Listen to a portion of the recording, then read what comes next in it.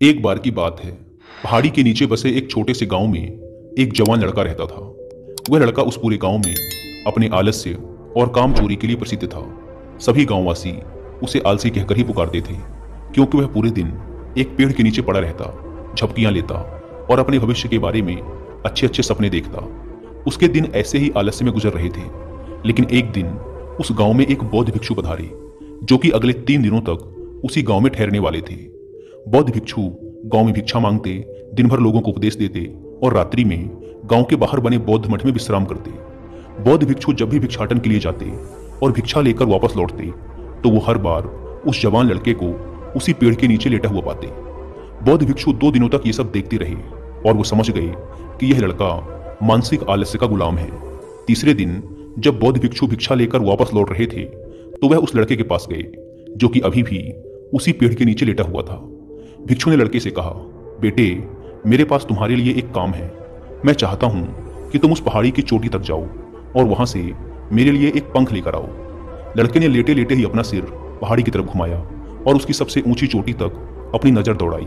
उसके बाद उसने बौद्ध भिक्षु की तरफ देखा और उपहास उड़ाते हुए कहा, यह असंभव है, मैं उस पहाड़ी के शिखर तक नहीं जा सकता, मैं बहुत आलसी हूं।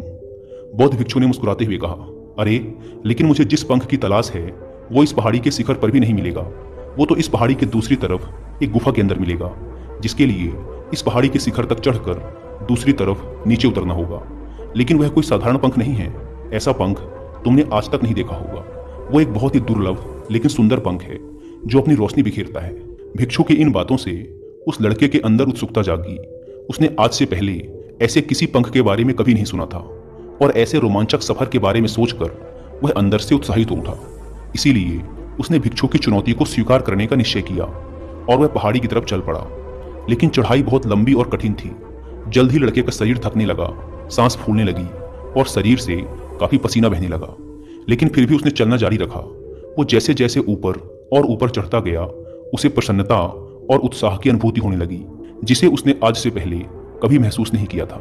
अंततः जब वह कड़ी मेहनत और लंबे प्रयास के बाद पहाड़ी के शिखर पर पहुंचा, तो वह पूरी तरह से थक चुका था। लेकिन वह बहुत खुश था। उसे अंदर से आत्मसंतुष्टि का एहसास हो रहा था। उसके चेहरे पर योद्धाओं जैसी मुस्कान थी, जैसे उसने कोई युद्ध जीत लिया हो। उसने पहाड़ी के शिखर से नीचे देखा। उसके सामने एक बहुत ही मनमोहक दृश्य था। उसने अपने अंदर एक उपलब्धि की भावना महसूस की, जो उसने आज से पहले कभी नहीं की थी। लेकिन असली चुनौती आगे थी। लड़के को पहाड़ के दूसरी ओर उतरना था और उस गुफा को ढूंढना था जहां पंख के मिलने की बात कही गई थी। नीचे उतरना और भी ज्यादा मुश्किल व खतरनाक था, क्योंकि ढलान ज्यादा खड़ी थी और चढ़ाई के समय लड़का कई बार लड़खड़ाया और गिरा भी था, तो वह डर भी उसके अंदर था। लेकिन भिक्षु को पंख लाकर देने के वादे की वजह से वह लगातार आगे बढ़ता रहा। काफी खोज मशक्कत और कड़ी मेहनत के बाद जब वह अंत में गुफा तक पहुंचा, तो उसने देखा कि पंख वहीं पड़ा हुआ था, जो गुफा के प्रवेश द्वार से छनकर आ रही रोशनी में चमक रहा था। उसने पंख उठाया, लेकिन उसकी सुंदरता को देखकर अचंभित रह गया।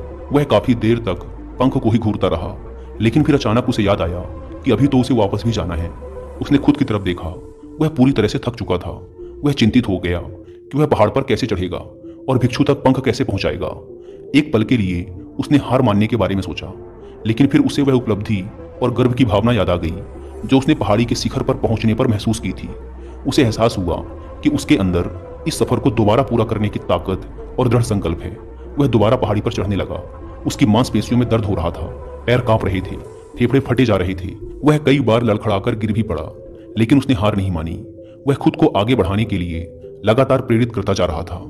अथक प्रयास और घंटों की कड़ी मेहनत के बाद अंततः जब वह बौद्ध भिक्षु के पास पहुंचा और उनके हाथों में वह पंख रखा, तो उसकी खुशी का ठिकाना न रहा। उसे महसूस हुआ कि आज उसने अपने आलस्य पर काबू पा लिया है और कुछ महत्वपूर्ण करके दिखाया है। उसके चेहरे पर इतनी खुशी और संतुष्टि का भाव देखकर बौद्ध भिक्षु मुस्कुराए और बोले, बहुत बढ़िया मेरे बच्चे, आज तुमने जीवन का एक बहुत ही महत्वपूर्ण सबक सीखा है कि आलस्य कोई ऐसी चीज नहीं है जिसे स्वीकार कर लिया जाए या सहन किया जाए। आलस्य एक चुनौती है जिसे दूर करना होगा। यह एक बाधा है जिसे पार करना होगा, और आलस्य को खत्म करने के लिए तुम्हें अपना पहला कदम उठाना ही पड़ेगा। अपने लक्ष्य की ओर चलना ही पड़ेगा और तब तक चलते रहना पड़ेगा जब तक तुम अपनी मंजिल को हासिल नहीं कर लेते। लड़के ने भिक्षु के शब्दों की गहराई और उसके महत्व को समझते हुए हाँ में अपना सिर हिला दिया। आज उसे एहसास हुआ कि वह हमेशा से ही बड़ी और महान चीजों को करने में सक्षम था, लेकिन उसके आलस्य ने उसे रोक रखा था। अब वह जानता था कि उसके पास अपने रास्ते में आने वाली किसी भी बाधा को दूर करने की ताकत और दृढ़ संकल्प है।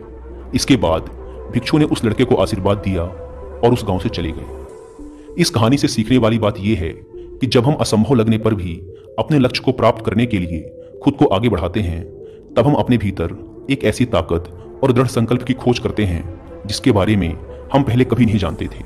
आलस्य पर काबू पाने के लिए हमें खुद को चुनौती देनी चाहिए और बड़े व महत्वाकांक्षी लक्ष्य बनाने चाहिए। फिर चाहे वो लक्ष्य कितने ही मुश्किल क्यों ना हो, हमें लगातार खुद को अपनी शारीरिक और मानसिक सीमाओं से परे ढकेलते रहना चाहिए और असफलताओं व बाधाओं का सामना करने पर भी अंदर से मजबूत बने रहना चाहिए। हमें अपने लिए एक नियम बनाकर और उस पर टिके रहकर अपने दैनिक आदतों और दिनचर्या में अनुशासन और निरंतरता भी विकसित करनी चाहिए। हम कुछ ऐसी अच्छी आदतें बना सकते हैं जो हमें मन न लगने पर भी ध्यान केंद्रित करने और क्रियाशील बने रहने में मदद करती हैं। एक और महत्वपूर्ण बात, आलस्य पर काबू पाने का मतलब विकास की मानसिकता विकसित करना है। इसका मतलब चुनौतियों और असफलताओं को विकास और सीखने के अवसरों के रूप में देखना, न कि हार मानने के कारणों के रूप में। विकास की मानसिकता को अपनाकर हम असफलता के बारे में अपनी सोच को नया रूप दे सकते हैं और इसका अपने सुधार व सीखने के लिए उपयोग कर सकते हैं। और अंत में हमें अपने आलस्य पर काबू पाने के लिए अपने आराम को छोड़कर जीवन की चुनौतियों और अवसरों को स्वीकार करना ही पड़ेगा।